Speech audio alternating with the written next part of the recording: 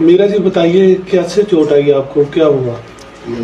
अभी सॉरी, मेरी थोड़ी सी तबीयत ठीक नहीं है। मैं फिल्म की शूटिंग के दरमियान और सीक्वेंस शूट करते हुए फिल्म में हकीकत का रंग भरने के लिए मैं कोशिश करती हूँ कि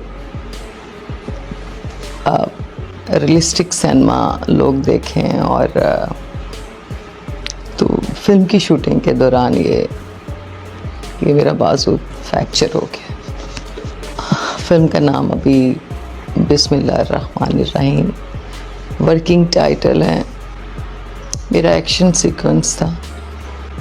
ये मर्दों वाले काम है सारे।